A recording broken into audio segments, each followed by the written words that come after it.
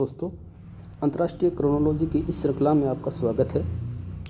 हम जनवरी 2020 से प्रारंभ कर रहे हैं। मेरा प्रयास होगा आगामी आने वाली जितनी भी भर्तियां हैं उन सभी भर्तियों में हमारा करंट का प्रश्न कोई गलत ना हो। दोस्तों, जितना भी करंट मैं करवा रहा हूं ये अंतर्राष्ट्रीय क्रोनोलॉजी का लिया हुआ है और इसमें इस मंथ में जनवरी 2022 में हम 2 पार्टों में इसे पूरा करेंगे। तो सबसे पहले राष्ट्रीय और अंतर्राष्ट्रीय, आर्थिक, रक्षा, अंतरिक्ष, इन सभी विषयों को हम कवर कर रहे हैं। चलिए स्टार्ट करते हैं। जनवरी 2020 फोर्ब्स लिस्ट ताकतवर महिलाएं। फोर्ब्स पत्रिका जो है वो 100 ताकतवर महिलाओं की लिस्ट जारी करती है। इसमें पहला स्थान पाया है मैकेंजी स्टोक ने, दूसरा कमला हैरिस ने, तीसरा क्रिस्टिन लेगार्ड ने। मैकेंजी स्टोक आपको याद रखना है, जेफ बेजोस की ये पत्नी है जिसने फोर्ब्स लिस्ट में पहला स्थान पाया। भारत की इसमें 4 महिलाएं जगह बना पाई है, निर्मला सीतारमण, रोशनी नाडर, किरण मजूमदार, फाल्गुनी नायर। ये 4 महिलाएं हैं जो इस लिस्ट में स्थान बना पाई है। एग्ज़ाम में कई बार प्रश्न ऐसे देखे हैं जिसमें पूछ लिया जाता है कि इसमें कौन शामिल नहीं थी, तो हमें चारों को याद रखना है, निर्मला, रोशनी, किरण और फाल्गुनी। इस तरह हम चारों ही इनको याद करेंगे। अगला प्रश्न है, वैश्विक स्वास्थ्य सूचकांक जारी किया गया जिसमें शीर्ष स्थान पर यूएसए और दूसरे स्थान पर ऑस्ट्रेलिया। इंडिया की जिसमें पोजीशन है 66, ठीक है, इंडिया की इसमें कौन सी पोजीशन है 66। फिर है भारत जो है वो अंतर्राष्ट्रीय समुद्री संगठन परिषद का पुनः निर्वाचित सदस्य बन गया है। इसमें पुनः निर्वाचित कर लिया गया है। ये कब के लिए किया गया? 2022 और 23 के लिए। अगला है विश्व प्रतिभा रैंकिंग 2021। इसमें हमारा शीर्ष आया है स्विट्जरलैंड और भारत का स्थान है 56वां। भारत का स्थान है 56वां। देखिए दोस्तों, करंट अगर हम हर महीने पढ़ते जाते हैं, चाहे कोई भी एग्ज़ाम हो आगे आने वाला, तो हर महीने पढ़ेंगे और एक बार लास्ट में रिवीजन कर लेंगे तो हमारे लिए उन नए शब्दों को पकड़ना आसान हो जाएगा और जब भी एग्ज़ाम में प्रश्न आएगा तो हमें तुरंत वो माइंड में क्लिक हो जाएगा। इसलिए साथ के साथ आप करंट जीके करते जाएं और मेरा प्रयास रहेगा आने वाली जितनी फर्स्ट ग्रेड, सेकंड ग्रेड और जितनी भी भर्तियाँ हैं उन सभी भर्तियों में करंट जीके का कोई भी प्रश्न आपका गलत न हो। अगला है विश्व का महंगा शहर तेल अवीव। इजराइल का शहर है ये तेल अवीव, विश्व का सबसे महंगा शहर। G20 ट्रोइका में भारत शामिल हो गया है 1 दिसंबर 2021 से। कब शामिल हुआ? 1 दिसंबर 2021। ट्रोइका क्या है? देखिए ट्रोइका क्या है, इटली, इंडोनेशिया और भारत, इन 3 देश है ये ट्रोइका में। अब ये होता क्या है कि जब भी कोई देश मेज़बानी करता है तो उसके आगे और पीछे वाले दोनों देश मिलकर उस देश के साथ ट्रोइका बनाते हैं। तो हमने जो ट्रोइका बनाया है वो इंडोनेशिया, भारत और इटली ने बनाया है। जैसे इटली 2021 का मेज़बान था, 2022 का मेज़बान होगा, 2022 का मेज़बान इंडोनेशिया, 2022 में G20 का सम्मेलन होगा वो इंडोनेशिया में होगा, 2023 का जो सम्मेलन होगा वो कहाँ होगा?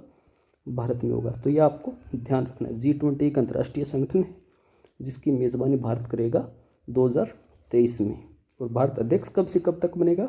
1 दिसंबर 2022 से 2023 तक के लिए ये बनेगा, ये ध्यान रखना है। फिर है अंतर्राष्ट्रीय सौर गठबंधन को यूएनओ ने पर्यवेक्षक का दर्जा दिया है। किसने दिया है? यूएनओ ने पर्यवेक्षक का, इंटरनेशनल सोलर अलायंस को पर्यवेक्षक का दर्जा दिया गया है। इसका गठन कब हुआ था? 2015 में हुआ था। कहाँ? पेरिस में हुआ था। पेरिस में क्या हुआ था उस समय? COP21 का सम्मेलन हुआ था जिसमें 2015 में इसका किया गया था फ्रांसवा ओलाद और नरेंद्र मोदी के द्वारा, जिसमें आज बहुत से राष्ट्र जुड़ते जा रहे हैं। ठीक है, इसको यूएनओ ने पर्यवेक्षक का दर्जा दिया गया है। ये तो अंतर्राष्ट्रीय खबरें थी। अब देखिए नेशनल करंट। भारत कौशल रिपोर्ट 2022 जारी कर दी गई है जिसका 9वां संस्करण जारी किया गया है। इसमें पहली रिपोर्ट है ये 9वें संस्करण की पहली जो चीज़ है वो है युवा प्रतिभाओं को रोजगार देने में शीर्ष स्थान पाया है महाराष्ट्र ने। युवा प्रतिभाओं को रोजगार देने में शीर्ष स्थान है महाराष्ट्र। अत्यधिक रोजगार योग्य में कौन है? महिलाएं हैं अत्यधिक रोजगार योग्य भारत में, जिनका प्रतिशत है 51.44 और पुरुष है 45.97। आगे देखिए, 15 से 18 वर्ष के बालकों को कोविड वैक्सीन बालक बालिकाओं को कोविड वैक्सीनेशन कब से प्रारंभ किया गया? 3 जनवरी 2022 से। और जो चिकित्साकर्मी हैं और जो वृद्ध व्यक्ति है जिनको डोज की आवश्यकता है, उनके लिए प्रिकॉशन डोज जो दी जा रही थी वो दी गई थी 10 जनवरी 2022 से। तो कई बार एग्जाम में ये पूछ लिया जाता है, तो इसलिए ये चीज़ें भी आपको याद रखनी है।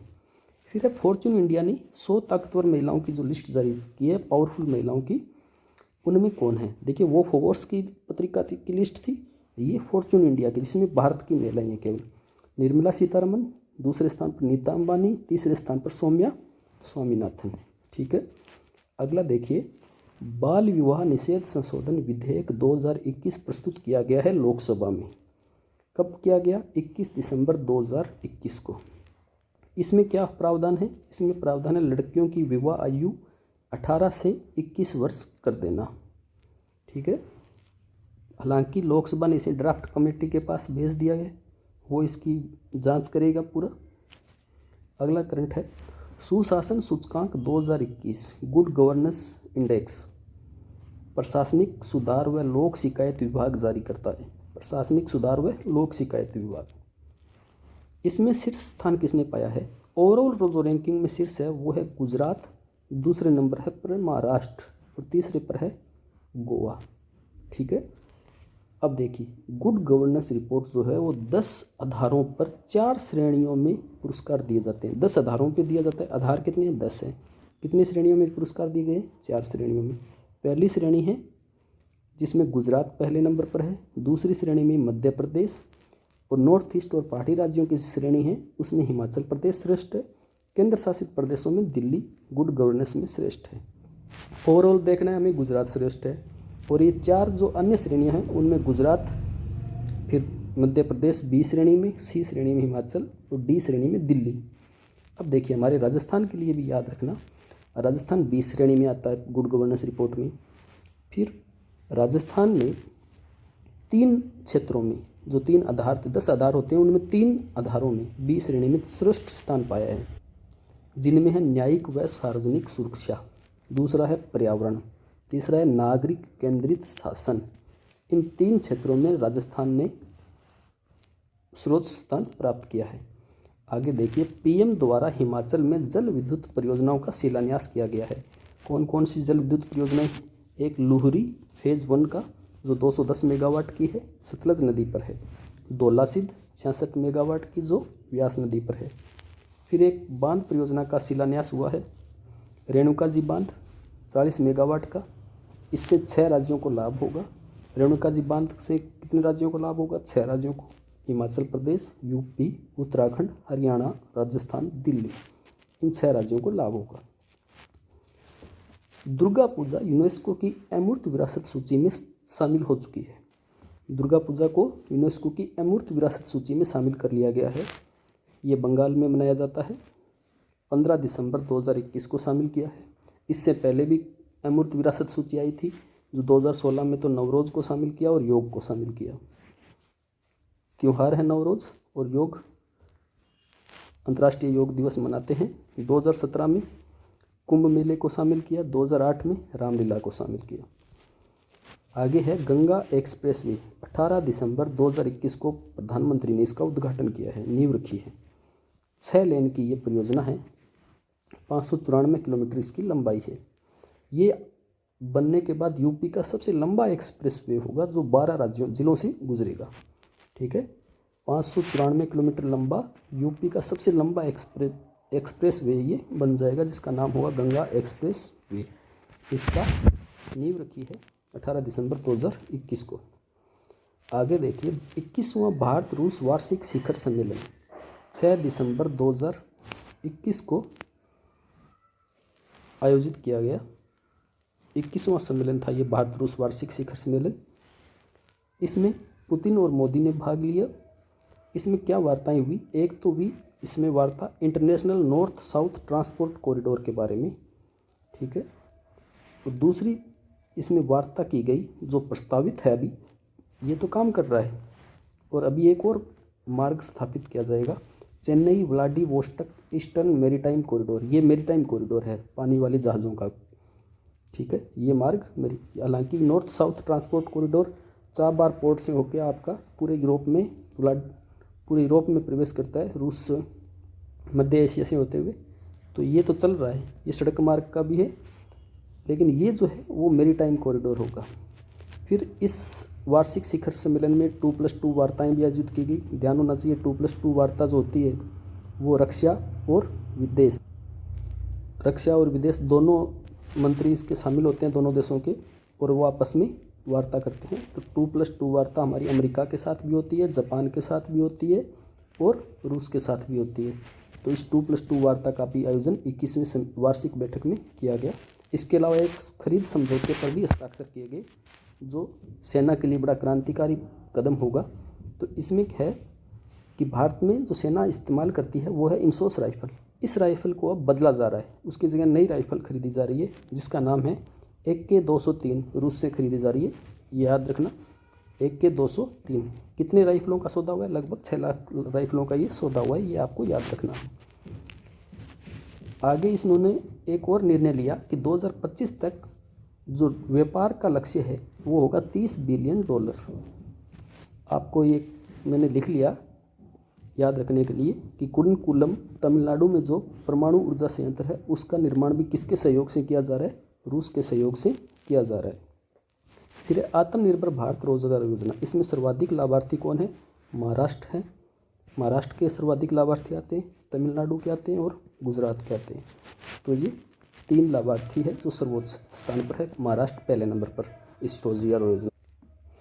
आगे देखिए अंतरिक्ष व रक्षा क्षेत्र की।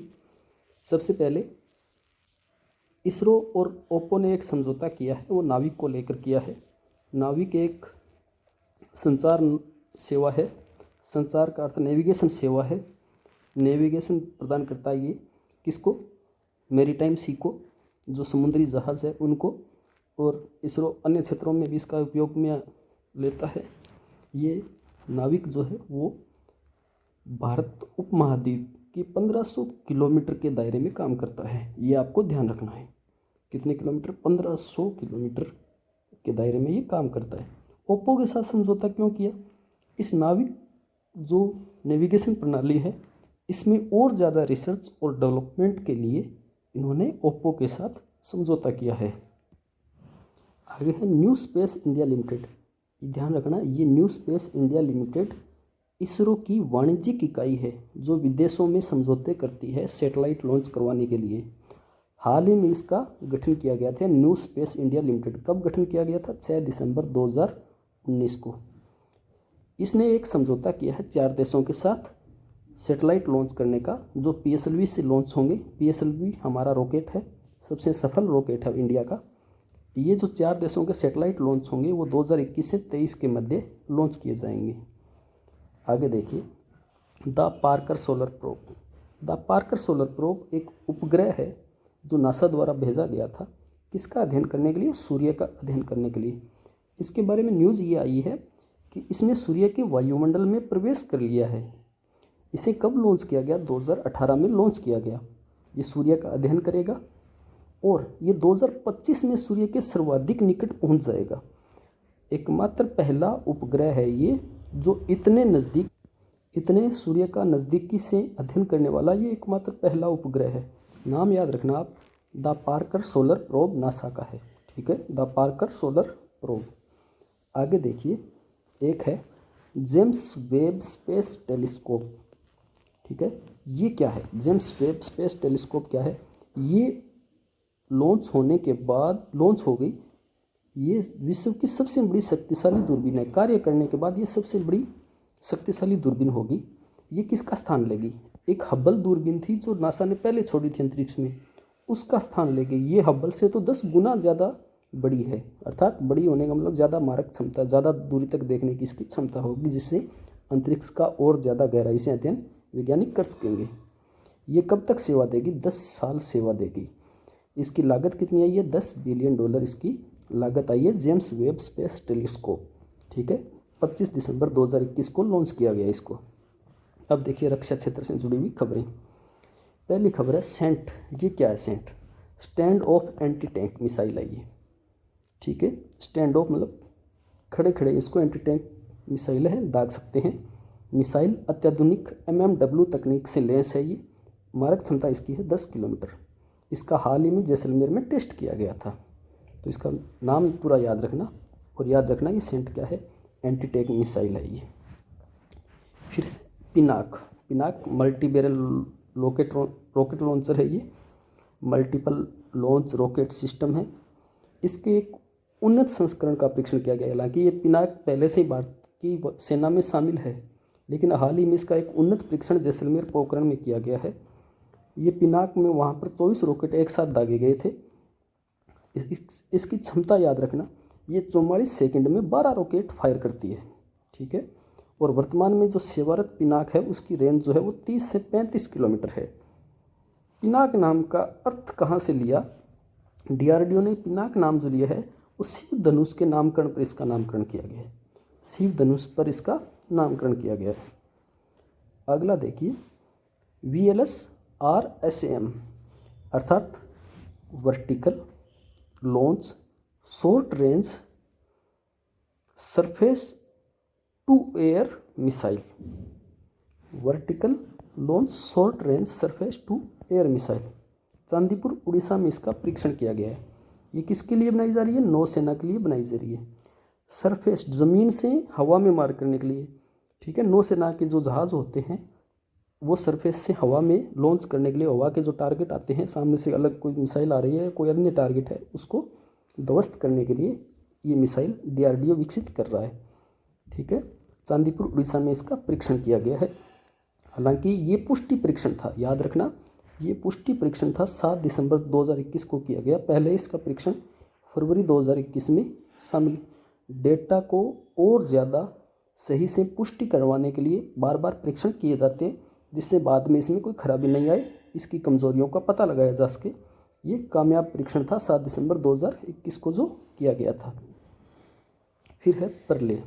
परले ये भी सरफेस टू सरफेस मिसाइल है, अर्थात भूमि में वापस भूमि पर ही जो अटैक करती है, सरफेस टू सरफेस मिसाइल है परले। DRDO ने इसका परीक्षण किया 22 दिसंबर 2021 को। कहाँ पर? कलाम द्वीप उड़ीसा में परीक्षण हुआ है। किस आधार पर काम करती है? ये सॉलिड प्रोपेलेंट रॉकेट मोटर पर काम करती है। इसकी दूरी क्या है? 150 से 500 किलोमीटर। हाँ, इसकी एक अन्य विशेषता ये भी है कि ये मोबाइल लॉन्चर से भी लॉन्च की जा सकती है। फिर अगली मिसाइल, भारत की सबसे कामयाब मिसाइल अग्नि, जिसके लिए अब्दुल कलाम प्रसिद्ध हैं। अग्नि प्राइम एक नया उन्नत संस्करण जारी किया है अग्नि मिसाइल का, जिसे अग्नि प्राइम अग्नि P भी कहा जाता है। 18 दिसंबर 2021 को इसका परीक्षण किया गया है। ये 2 चरणों वाली होगी। कंस्ट्राइज्ड सॉलिड प्रोपेलेंट बैलिस्टिक मिसाइल होगी ये। 1000 से 2000 किलोमीटर इसकी मारक क्षमता होगी। इसे कैसे भी लॉन्च किया जा सकता है, सड़क मार्ग से या मोबाइल से, कहीं से भी। देखिए आजकल मिसाइलों में मोबाइल लॉन्चर आते हैं जो एक कार्टन नुमा होते हैं, जिसके अंदर मिसाइल रखी जाती है। ये बहुत बहुउपयोगी होता है।